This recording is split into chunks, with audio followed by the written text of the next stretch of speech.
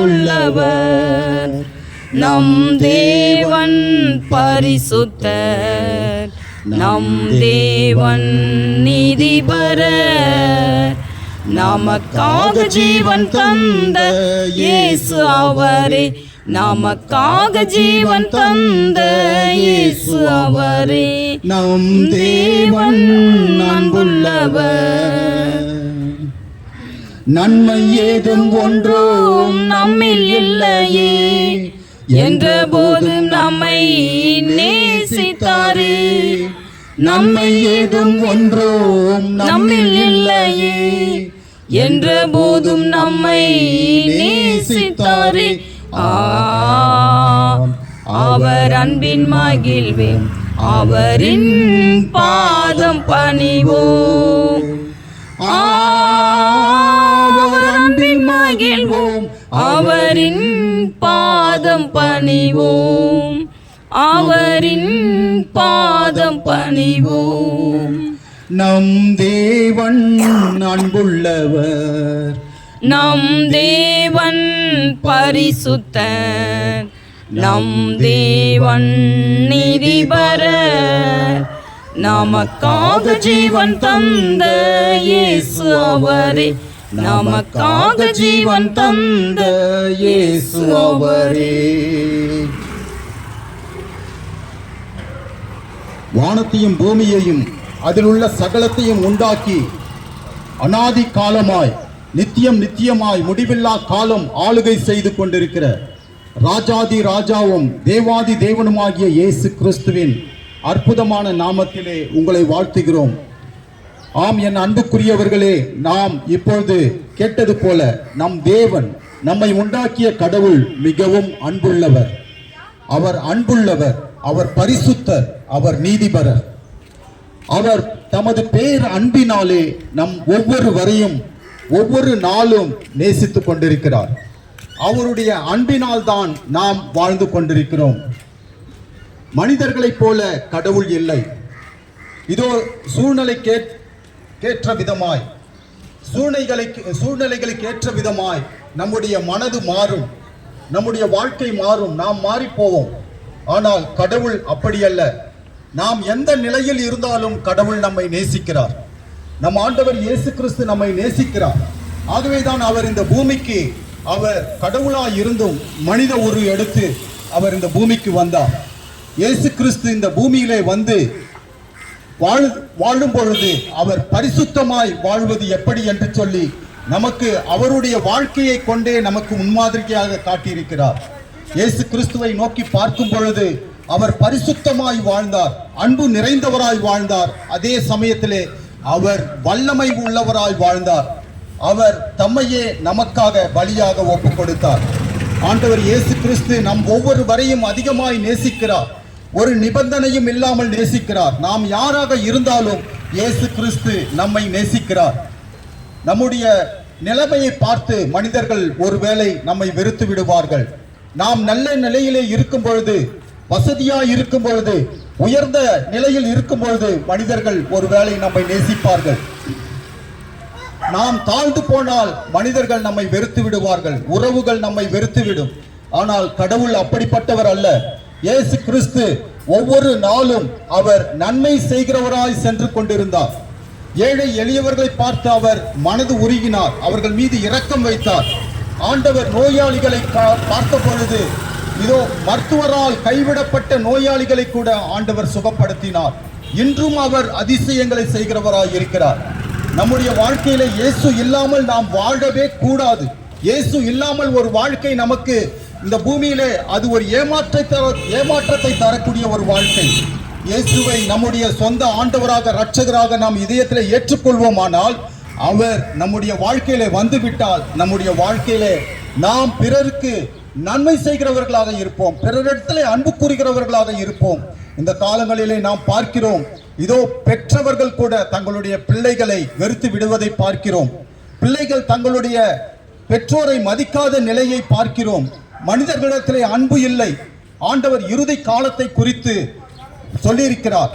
இதோ யுத்தங்களின் சத்தங்களையும் நீங்கள் கேட்க போகிறீர்கள். இதோ ஜனங்களுக்கு விரோதமாக ஜனங்கள் எழும்புவார்கள். இறுதி காலத்திலே மனிதர்களுடைய இருதயத்திலே அன்பு இல்லாமல் போகும். சுயநலம் உள்ளவர்களாக மனிதர்கள் வாழ்ந்து கொண்டிருப்பதை நாம் பார்க்கிறோம். அநேக இடத்திலே நாம் பார்க்கிறோம் கொலைகள், கொள்ளைகள், அக்கிரமங்கள், அநியாயங்கள், திருட்டுக்கள், இதோ பிறரை வஞ்சித்து ஏமாற்றக்கூடிய நிலையிலே ஜனங்கள் வாழ்ந்து கொண்டிருப்பதை நாம் பார்க்கிறோம். இவைகள் எல்லாம் ஆண்டவர் இயேசு கிறிஸ்து இந்த பூமியிலே வருவதற்கு அவருடைய வருகையின் அடையாளங்களாக இருக்கிறது. ஆண்டவராகிய இயேசு கிறிஸ்து மிக சீக்கிரத்தில் இந்த பூமியிலே வரப்போகிறார். அவருடைய வருகைக்கான அடையாளங்கள் நிறைவேறி கொண்டிருக்கிறது. ஆண்டவர் இயேசு கிறிஸ்து ஒவ்வொருவருக்காகவும் தமது உயிரையே தந்திருக்கிறார். ஒவ்வொரு மனிதனுக்காகவும் ஒருவரையும் அவர் வெறுப்பதில்லை. ஒருவரும் ஆண்டவர் இயேசு கிறிஸ்து சொன்னார், என்னிடத்தில் வருபவர்களை நான் புறமே தள்ளுவதில்லை. யாராக இருந்தாலும், நீங்கள் எப்படிப்பட்ட நிலையில் இருந்தாலும் இயேசு கிறிஸ்து உங்களை நேசிக்கிறார். ஆண்டவர் இயேசு கிறிஸ்து இந்த நாளிலே உங்களை அழைக்கிறார். இதோ இந்த நாளிலே நீங்கள் மனம் திரும்புவீர்கள் என்று சொன்னால், இயேசுவை உங்களுடைய சொந்த ஆண்டவராக இரட்சகராக ஏற்றுக்கொண்டீர்கள், உங்களுடைய இருதயத்திலே வரவேற்றால், ஆண்டவர் இயேசு கிறிஸ்துவே உங்களுடைய எல்லா பிரச்சனைக்கும் பதிலாக இருக்கிறார். உங்களுடைய வேதனைகளை அவர் மாற்றுவதற்கு வல்லமை உடையவராய் இருக்கிறார். ஒருவேளை வெளியில் சொல்ல முடியாத அளவுக்கு நம்மளுடைய வேதனைகள் பெரிதாக இருக்கும். வெளியில் மனிதர்களிடத்திலே சொன்னால் மனிதர்கள் நம்மை தூற்றி விடுவார்கள். அந்த வேலையை கேட்பார்கள், இதோ ஆர்வமாய் அவர்கள் உதவி செய்வதை போல கேட்பார்கள். ஆனால் மனிதர்கள் நமக்கு உதவி செய்ய முடியாது, மனிதர்கள் நமக்கு அன்பு காட்ட முடியாது. ஆனால் கடவுள் நமக்கு தேவையான நன்மையை அவரால் செய்ய முடியும். அவர் சர்வ வல்லமையுள்ள தேவன். இயேசு கிறிஸ்துவால் கூடாத காரியம் ஒன்றுமில்லை. அவர் சர்வ வல்லமையுள்ள தேவன். உங்களை நேசிக்கிறார். ஆண்டவர் இயேசு கிறிஸ்து உங்களை நேசிக்கிறார். ஆண்டவர் இயேசு கிறிஸ்துவை உங்கள் இதயத்தில் ஏற்றுக்கொள்ள பாருங்கள். இயேசுவே என் இதயத்திலே வாரும் என்று சொல்லி பாருங்கள். உங்கள் வாழ்க்கையில இயேசுவின் மீது விசுவாசம், நம்பிக்கை வைத்து பாருங்கள். உங்களுடைய வாழ்க்கை மாறும், பரிசுத்தமாய் மாறும். பிறருக்கு நீங்கள் நன்மை செய்கிறவர்களாய் இருப்பீர்கள். நானும் கூட சுயநலம் உள்ளவனாய் ஒரு காலத்தில் வாழ்ந்து கொண்டிருந்தேன்.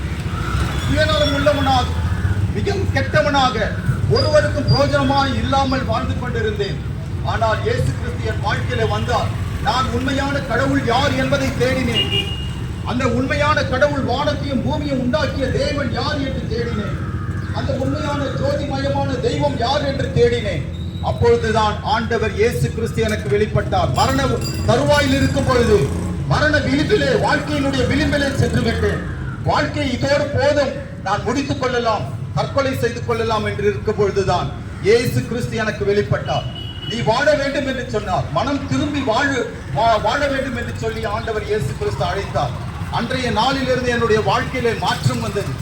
ஆண்டவர் இயேசு கிறிஸ்து ஒவ்வொருவரையும் மாற்றும்படியாக வந்தார். தேவ சாயலாக மாற்றும்படியாக வந்தார். ஒவ்வொரு மனிதனுடைய வாழ்க்கையையும் ஆண்டவர் மாற்ற அவராலே கூடும். உங்களுடைய கண்ணீரை அவர் பார்க்கிறார். உங்களுடைய வேதனையை அவர் பார்க்கிறார். நீங்கள் படக்கூடிய துன்பங்களை அவர் பார்க்கிறார். ஆண்டவர் இயேசு கிறிஸ்து உங்களுடைய வாழ்க்கையை மாற்ற முடியும், சந்தோஷமாய் மாற்ற முடியும். அவர் துக்கங்களை மாற்றி சந்தோஷமாய் நம்முடைய வாழ்க்கையை மாற்றும்படியா இந்த பூமியிலே வந்தார். ஆண்டவர் இயேசு கிறிஸ்துவுடைய அன்பை நீங்கள் அறிந்து கொள்ள வேண்டுமா? கடவுள் எப்படிப்பட்ட அன்புள்ளவர் என்பதை அறிந்து கொள்ள வேண்டுமா? ஆண்டவர் இயேசு கிறிஸ்து நம் ஒவ்வொருவருக்காகவும் தமது உயிரையே தந்தார். இயேசு கிறிஸ்து தம்மையே நமக்காக பலியாய் ஒப்புக் கொடுத்தார்.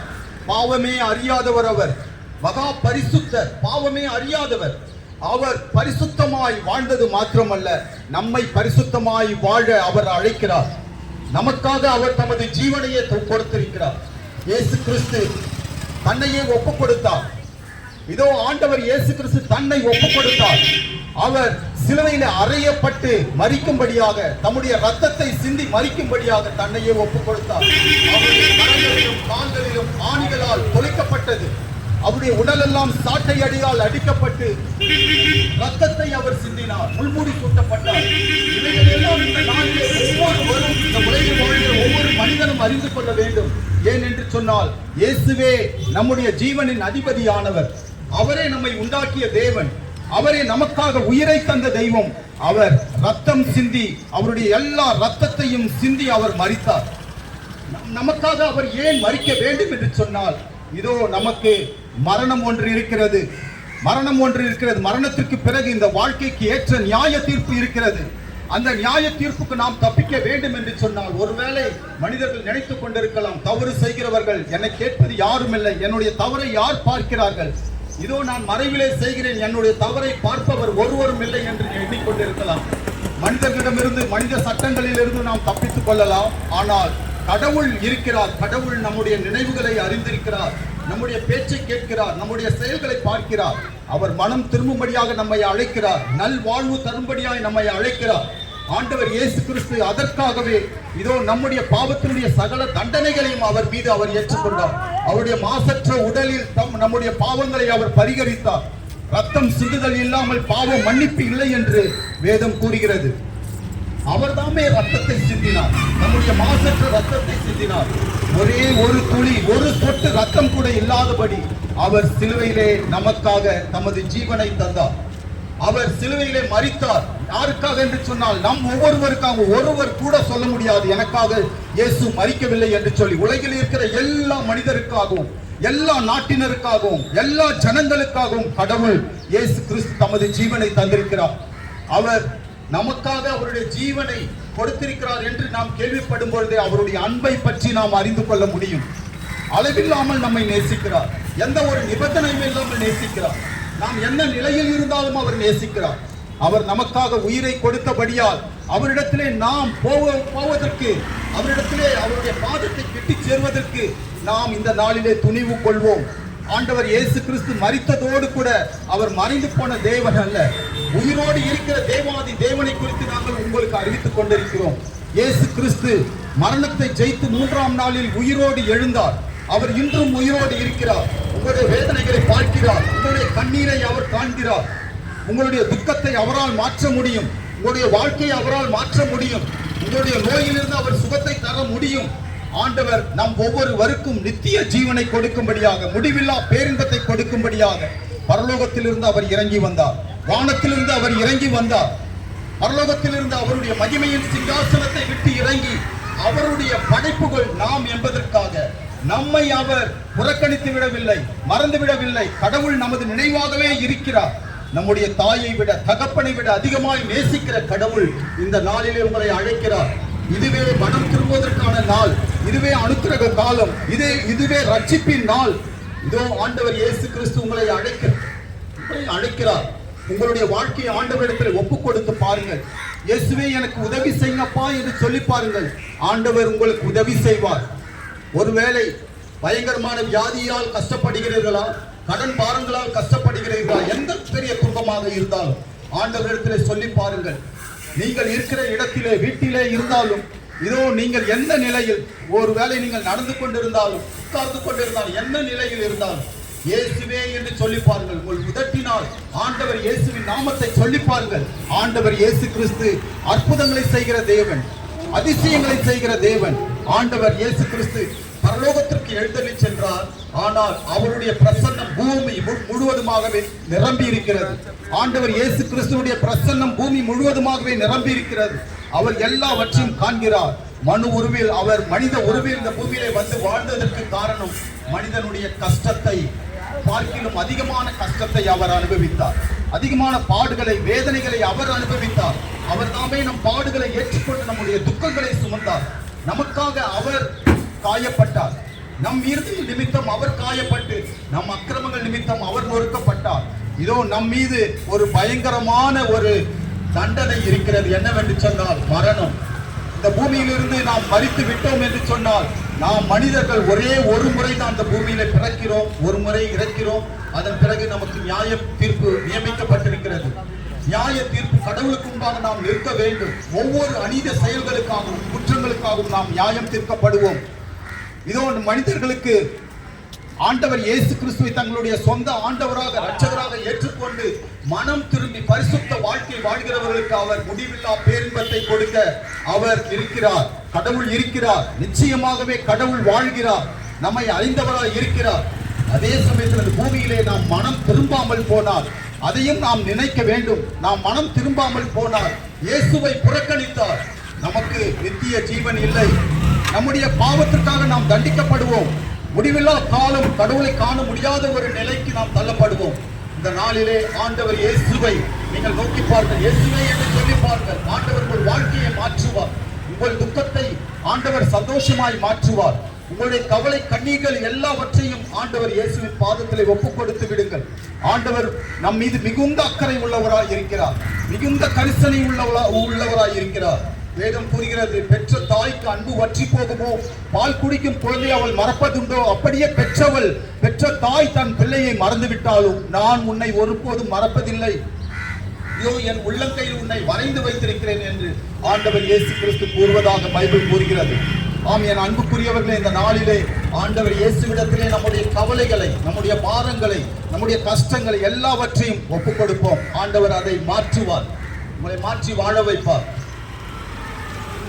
நாங்கள் உங்களுக்காக ஒரு சிறு பிரார்த்தனை ஏறெடுக்கிறோம். தனிப்பட்ட விதத்திலே உங்களுக்கு ஜெப உதவி தேவை என்று சொன்னால், உங்களுக்காக ஜெபிக்க வேண்டும் என்று சொன்னால் எங்களிடத்தில் வரலாம். நாங்கள் உங்களுக்காக ஜெபிப்போம். எங்களை மிகவும் அதிகமாய் நேசிக்கிற அன்பின் தகப்பனே இயேசுவே, இந்த ஒரு நாளிலே அப்பா, இந்த காலை வேளையிலே ஆண்டவரே உமது வார்த்தைகளை கேட்ட இந்த அன்பு சகோதர சகோதரிகளை ஆண்டவரே உமது நாமத்தை குறித்து கேள்விப்பட்ட, உமது அன்பை குறித்து கேள்விப்பட்ட ஆண்டவரே ஒவ்வொரு வரையும் ஒப்பு கொடுக்கிறோம். அவருடைய துன்பங்களை மாற்றுங்கப்பா, கவலை கண்ணீர்களை எல்லாம் மாற்றுங்கப்பா, வேதனைகளை மாற்றுங்கப்பா, நோய்களை மாற்றுங்கப்பா. நீ சர்வ வல்லமையுள்ள தேவன், உம்மாலே செய்ய முடியாத அதிசயமான காரியம் ஒன்றுமில்லை. நீர் எல்லாம் செய்ய வல்லவர். உம்மிடத்திலே ஆண்டவரே இங்கு இருக்கிற ஒவ்வொரு குடும்பங்களையும், ஒவ்வொரு தனி மனிதனையும் ஒப்பு கொடுக்கிறோம், ஒவ்வொரு வரையும் ஒப்பு கொடுக்கிறோம். ஆண்டவரே அப்பா, பாதுகாத்துக் கொள்ளுங்கப்பா. அப்பா, வேலைக்கு செல்கிறவர்களை பாதுகாத்துக் கொள்ளுங்கப்பா. பள்ளிக்கு செல்கின்ற பிள்ளைகளை பாதுகாத்துக் கொள்ளுங்கப்பா. ஆண்டவரே ஒவ்வொரு வரையும் உமது அடைக்கலத்திலே, உமது பாதுகாப்பிலே நாங்கள் ஒப்பு கொடுக்கிறோம். இயேசு கிறிஸ்துவின் நாமத்தில் பிதாவே, ஆமென்.